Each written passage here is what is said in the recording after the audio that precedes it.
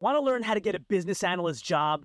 What a business analyst job description is in the first place, business analyst salary, business analyst interview questions, how to put together a business analyst resume, and overall how to become a business analyst. So what is a business analyst?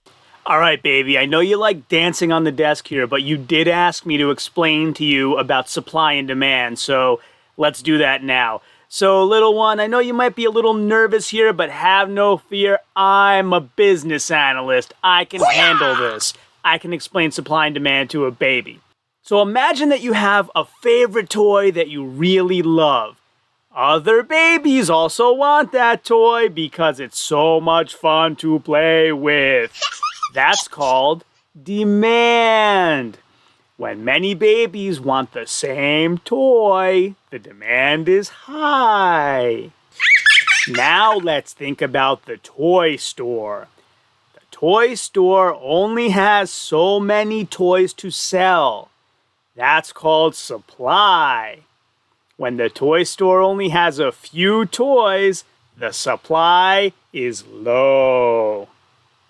Here comes the interesting part, baby. Pay attention.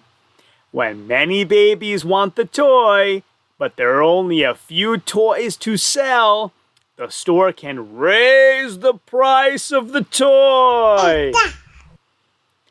That's because they know babies really want it and they can charge more money for the toy. All right, I know this is funny to you, but try to pay attention, baby. We're getting to the main point here. If the toy store has lots of toys and not many babies want it, they might lower the price to sell more toys.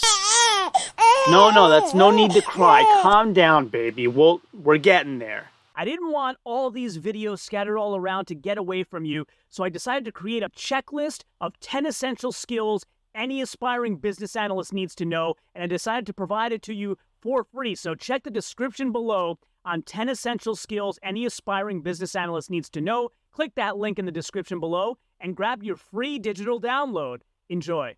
So supply and demand is like when you balance on the balance beam.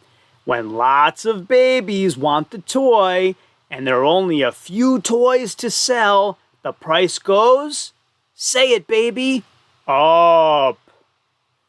When not many babies want the toy and there are lots of toys available, where do you think the price goes? Down. The price goes down.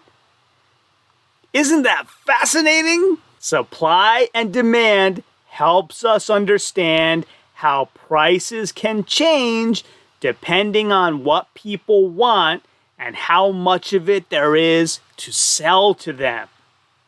It's a way to make sure that everyone can get what they want and businesses make good decisions, unlike babies. Even though you're a baby, it's great to learn about these things early, and who knows, maybe you'll have a business one day where you can sell some of your toys and leverage supply and demand to make smart choices.